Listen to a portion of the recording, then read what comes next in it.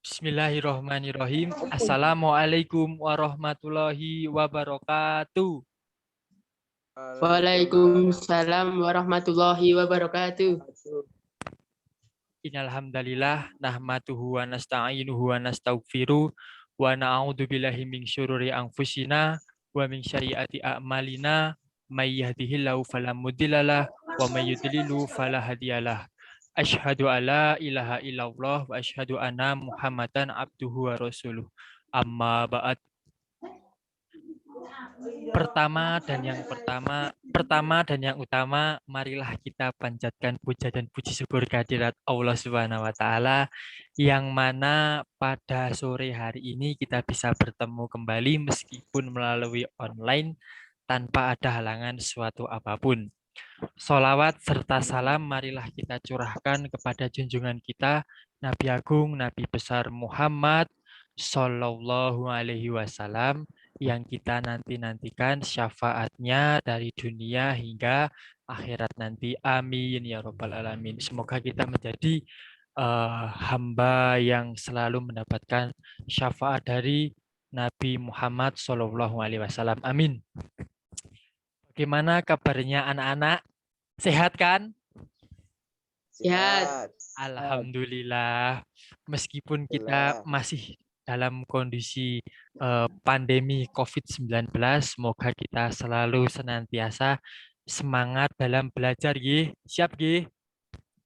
Siap. Mantap. Pada kesempatan kali ini kita akan belajar pendidikan agama Islam. Sudah tahu belum materinya apa? Belum, Gih? Belum. Berarti tadi malam tidak pada belajar ini. Oke, ini Bapak share, Gih, materinya. Sudah bisa melihat belum? Materinya sudah terlihat apa belum? Sudah. Sudah. Oke, siap. Oh, tadi kita lupa berdoa ya. Kita belum berdoa atau ini? Belum. Oke, mohon maaf tadi lupa. Yuk, ketua kelas silahkan memimpin berdoa. Monggo. Siap. Berdoa mulai. Berdoa selesai. Oke, terima kasih kepada Mas Rizky. Oke, sebelum kita memulai pembelajaran pada sore hari ini, saya absen dulu, Ge. Oke, siap. Ini yang pertama, Mas Agus. Hadir tuh Agus? Hadir. Terus Muhammad Alif Aljabar. Hadir? Hadir. Oke, selanjutnya Mas Rizky. Hadir? Hadir. Oke, selanjutnya Mas Naufal Abian. Hadir? Hadiroh. Hadir. Mantap jiwa, Mas Abi hadir. Oke, terima kasih atas partisipasi dari kalian. Semoga mendapatkan ilmu yang bermanfaat dan pahala yang melimpah. Amin. Amin. Oke, langsung saja kita memulai pembelajaran pada pada sore hari ini mengenai materi yaitu Al-Quran sebagai kitabku. Nah, apa materinya anak-anak? Al-Quran sebagai kitabku. Oke. Ini kita pembelajarannya sambil diskusi, sambil ngobrol-ngobrol. Jadi biar tidak ngantuk. Oke, siap? Siap. Oke, mantap. Untuk materi pertama mengenai pengertian. Ini secara bahasa Al-Quran adalah bacaan atau yang nopo? Ada yang bisa? Yang dibaca, nggih. Maksudnya nopo niku? Maksudnya ada yang tahu? Ayo, ada yang tahu napa mboten? Kok dimatikan Mas Rizky? Maksudnya adalah Al-Quran itu sebagai kitab suci umat Islam. Jadi kita selayaknya sebagai umat Islam selalu membaca Al-Quran setiap hari. Kalian sering membaca Ya. Al-Quran apa mboten niki? Sering. Alhamdulillah. Alhamdulillah, Ya. Masya Allah, diusahakan setiap hari ya. Diusahakan setiap hari membaca Ih. Al-Quran. Lalu menurut istilah Al-Quran adalah kalam atau kalimat yang diturunkan kepada Nabi Muhammad Shallallahu Alaihi Wasallam. Jadi Al-Quran ini adalah kalimat atau kalimat Allah. Jadi kita kalau sering membaca Al-Quran maka kita sama saja sedang berbicara bahasanya Allah seperti itu. Jadi kita jangan sampai sehari tanpa membaca Al-Quran. Lalu menurut para ulama, Al-Quran ini ada yang beberapa mengatakan, yaitu yang pertama bisa dibaca ini, Mas siapa ini yang pertama, poin pertama ini? Ayo sopo membaca, Mas Agus. Coba Mas Agus. Dibaca toh kok ini. Al-Quran adalah kalimat atau kalam Allah Subhanahu wa Ta'ala. Mantap, Mas Agus. Seperti yang saya katakan tadi, itu adalah kalam atau kalimat Allah Subhanahu wa Ta'ala. Yang selanjutnya nomor 2 ini Mas Alif. Al-Quran terdiri dari lafal berbahasa Arab. Yaitu ada ulama yang mengatakan atau istilahnya adalah lafal berbahasa Arab atau kitab yang berbahasa Arab. Jadi kita itu sebetulnya alangkah baiknya adalah sering belajar bahasa Arab. Tetapi karena kita lingkupnya di MA, jadi kita harus sering-sering membaca, belajar bahasa Arab. Tapi secara kenyataannya di dunia ini bahasa Inggris yang lebih sering digunakan. Nah, sebetulnya itu juga harus kita pelajari, tetapi yang lebih penting adalah belajar bahasa Arab. Kira-kira alasannya kenapa kok kita harus sering-sering belajar bahasa Arab? Ada yang tahu? Monggo langsung diungkapkan mawon. Salah tidak apa-apa, salah tidak dosa, santai mawon. Apa Mas Rizky? Tahu nopo mboten? Bahasanya Allah. Oke, betul sekali karena bahasa Arab adalah bahasanya Allah. Karena bahasa Arab adalah bahasa Al-Qur'an yang mana Al-Qur'an itu adalah kalimat Allah. Lalu ada alasan yang lain kira-kira? Monggo siapa yang berani? Mungkin Mas Abi? Mas Abi mana Mas Abi?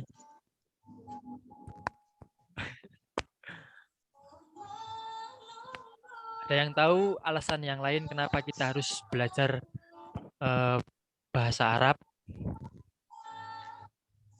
Nah, alasannya karena kita saat belajar bahasa Arab maka kita juga akan mudah dalam menafsirkan Al-Quran. Jadi ketika kita sudah memiliki kosakata yang banyak dalam bahasa Arab, maka kita akan mudah saat menafsirkan Al-Quran. Lalu yang ketiga, silahkan Niki dibaca. Siapa yang belum? Mas Dika. Yang poin ketiga. Mas Dika nggak ada. Oh, Mas Dika nggak ada. Mas Dika keluar. Oke, mungkin gangguan sinyal. Mungkin bisa dibaca Mas Agus lagi. Yang poin ketiga. Al-Quran diturunkan kepada Nabi Muhammad SAW. Itu sudah sangat jelas, kalian juga sudah tahu bahwasanya itu adalah mukjizat dari Nabi Muhammad SAW. Yang selanjutnya ini dibaca, silahkan. Yang poin keempat. Mas Rizky belum membaca. Al-Quran merupakan kitab Allah Subhanahu wa Ta'ala yang mengandung mukjizat bagi Nabi Muhammad Shallallahu Alaihi Wasallam. Oke, seperti yang poin tadi ya, yang atasnya bahwasanya Al-Quran adalah mukjizat dari Nabi Muhammad Shallallahu Alaihi Wasallam yang diturunkan untuk kita umat akhir zaman sebagai pedoman hidup. Oke, kita memasuki materi selanjutnya yaitu tentang nama-nama Al-Quran. Ini ada beberapa, saya ambilkan contoh nama-nama Al-Quran. Yang pertama, monggo dibaca silahkan. Siapa? Ayo, berani membaca tok. Itu yang nanti untuk bacaan Al-Qurannya saya ambilkan contohnya. Al-Quran adalah ayat yang di dalamnya terdapat istilah Al-Quran. Ini ada beberapa. Ini adalah Al-Quran itu nama yang paling populer ya. Nggih napa mboten Al-Quran? Yeay. Mantap. Ya. Sebentar saya carikan. Malaikat maut memperhatikan wajah setiap manusia di muka bumi ini 70 kali dalam sehari. Saya carikan contohnya bacaan. Didapati orang itu ada yang sedang tertawa. Maka malaikat maut berkata, alangkah herannya aku melihat orang ini. Sedangkan aku diutus oleh Allah Subhanahu wa Ta'ala untuk menjaga nyawanya. Tetapi dia masih bersantai bergelang tertawa. Buku paketnya terlihat kan anak-anak? Ya. Terlihat. Oke, mantap. Nama-nama Al-Quran tadi terdapat di surah Al-Baqarah ayat ke-185. Monggo siapa yang mau membaca? Salah tidak apa-apa, salah mendapatkan pahala. Rizky ini. Monggo Mas Jangan, Agus. Yo, Rizky dibaca. Gus. Sing niki. Ayo Mas. Sing atas, sing Al-Baqarah ayat ke-185. Syahrul Ramadan alladzi unzila fihil Qur'anu hudan linnasi wa bayyinati minal huda wal furqan. Mantap sekali. Alhamdulillah Mas Rizky sudah mencontohkan. Monggo silahkan selanjutnya dibaca artinya. Mas Agus. Bulan Ramadan adalah bulan yang dalamnya diturunkan Al-Quran sebagai petunjuk bagi manusia dan penjelasannya mengenai petunjuk itu dan pembeda antara yang benar dan yang batil. Mantap. Ini adalah salah satu ayat yang di dalamnya ada mengatakan Al-Quran, yaitu bulan Ramadan adalah bulan yang di dalamnya diturunkan Al-Quran. Jadi bulan Ramadan adalah bulan di mana Al-Quran pertama kali turun. Kira-kira tanggal berapa? Ada yang tahu pertama kali Al-Quran turun? Tanggal berapa? Ayo. Ada yang tahu mboten? Al-Quran pertama kali turun. Al-Quran pertama kali turun tanggal 17 Ramadan. Jadi tanggal 17 Ramadan sering diperingati sebagai Nuzul Quran atau turunnya pertama Al-Quran. Al-Quran sebagai petunjuk bagi manusia dan penjelasan-penjelasan mengenai petunjuk itu sebagai pembeda antara yang benar dan yang batil. Batil itu apa? Ada yang tahu? Batil. Ayo, ada yang tahu? Batil ada. Apa Mas Agus ngerti? Betul tos. Batil itu yang tidak benar. Pembeda antara yang benar dan yang tidak benar atau yang salah. Seperti itu. Ini lanjut ke materi kita di PPT. Lalu nama lain Al-Quran adalah Alkitab.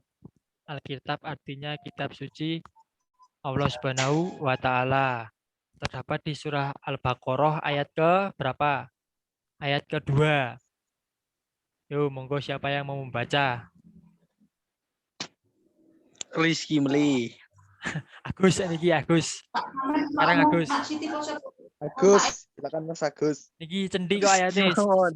Sedikit, ayatnya sedikit. Rizky mawon. Oke, saya bacakan. Dzalikal kitabul la raiba fihi hudalil muttaqin. Artinya adalah kitab Al-Qur'an ini tidak ada keraguan padanya, petunjuk bagi mereka yang bertakwa. Jadi kita sebagai orang Islam tidak boleh ragu dengan isi kandungan dalam Al-Qur'an. Kalian ragu napa mboten dengan isi kandungan Al-Qur'an? Betul. Kita tidak boleh ragu dengan isi yang terdapat di dalam Al-Qur'an. Yaitu yang selanjutnya adalah Al-Furqan, yaitu artinya pembeda. Maksudnya pembeda apa? Kira-kira ada yang tahu? Pembeda dari kitab lainnya. Pembeda dari kitab lainnya. Itu juga salah satunya karena Al-Qur'an juga sebagai kitab penyempurna atau kitab terakhir. Lalu Al-Furqan itu maksudnya pembeda adalah pembeda dari yang seperti yang dikatakan tadi, yang benar dan yang batil. Lalu At-Tanzul yang diturunkan, maksudnya diturunkan kepada sinten Al-Qur'an, kepada siapa Al-Qur'an diturunkan? Kepada Nabi Muhammad. Mantap. Muhammad. Tapi sudah pada tahu lah, pasti harus tahu nih. Lanjut ke materi selanjutnya mengenai perilaku orang yang berpegang teguh pada Al-Qur'an. Al-Qur'an adalah ajaran Islam yang pertama. Maksudnya apa ini? Al-Qur'an adalah ajaran Islam yang pertama. Maksudnya nopo? Kira-kira ada yang tahu? Maksud dari kata-kata pertama ini. Mas, siapa tahu lagi? Ada siapa aja ini? Mas Alip, tahu nopo mboten? Tahu atau tidak ini? Maksud dari Napa, Mas? Islam yang pertama. Maksudnya Mas Alip ini paham nggak maksud dari kalimat ini? Kalimat yang pertama. Al-Qur'an adalah ajaran Islam yang pertama. Maksudnya itu seperti apa? Ada yang tahu? Tauhid, mantap Mas Muhammad Naufal Abian.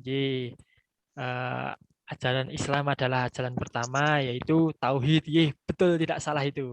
Tapi maksudnya adalah ajaran Islam yang pertama itu Al-Qur'an. Jadi setelah Al-Qur'an, ketika kita mencari sebuah dalil atau menjadi sebuah landasan dari sebuah permasalahan, yang pertama yang dicari adalah dari Al-Qur'an terlebih dahulu. Misalkan di dalam Al-Qur'an tidak ada, lalu kita mencari di mana? Setelah di Al-Qur'an lalu mencari di mana? Ada yang tahu? Hadis, mantap Mas Agus.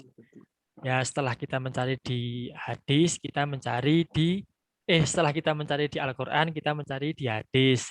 Dan selanjutnya kita mencari di pendapat para ulama atau ijtihad para ulama. Seperti itu saat kita mencari sebuah hukum-hukum atau sumber dalil, maka kita yang pertama yang kita utamakan adalah dari Al-Qur'an. Yang selanjutnya bisa menerapkan ajaran-ajaran dalam Al-Qur'an.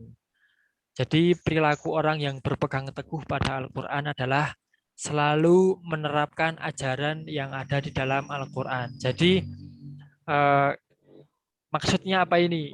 Ada yang tahu atau tidak maksud kalimat kedua ini? Hmm, Mas Haikal Fabian. Mas Haikal bisa mendengar suara saya? Oke.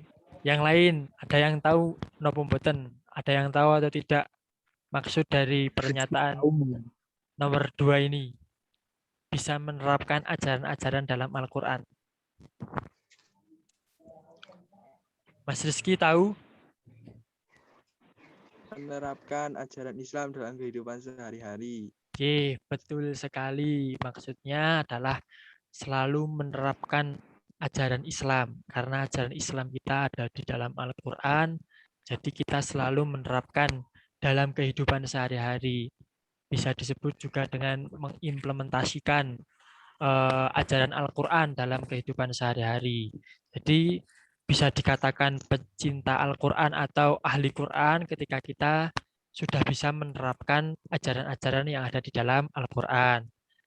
Yang nomor 3, memiliki budi pekerti yang baik. Maksudnya gimana ini? Maksudnya seperti apa? Ada yang tahu? Maksudnya adalah karena ajaran Al-Quran pastinya mengajarkan hal-hal yang baik, memiliki sikap yang baik, adab-adab yang baik, maka bisa dikatakan kita pencinta Al-Quran atau orang yang sudah bisa menerapkan ajaran Al-Quran, maka harus memiliki budi pekerti yang baik. Lalu menjalankan sunnah-sunnah karena Al-Quran berisi tuntunan ibadah, sholat, puasa, zakat, dan haji. Jadi ketika orang dikatakan ahli Quran, maka sholatnya juga harus sesuai dengan tuntunan yang ada di dalam Al-Quran. Sesuai dengan sholatnya harus sesuai dengan apa? Ada yang tahu? Kira-kira Mas Agus tahu atau tidak? Kita itu harus beribadah sesuai apa? Waktu. Waktu. Oke, waktunya harus disesuaikan. Disesuaikan dengan ya waktunya, waktu sholat. Maksudnya kita harus selalu menjalankan ibadah sesuai tuntunan dari Nabi Muhammad SAW, yaitu ada sholat, puasa, zakat, dan haji. Oke, alhamdulillah ini kita sudah di penghujung waktu. Kira-kira di dalam materi ini ada yang ingin ditanyakan? Monggo disampaikan saja. Atau kurang jelas seperti itu. Monggo ada yang ingin ditanyakan? Sebelum saya akhiri.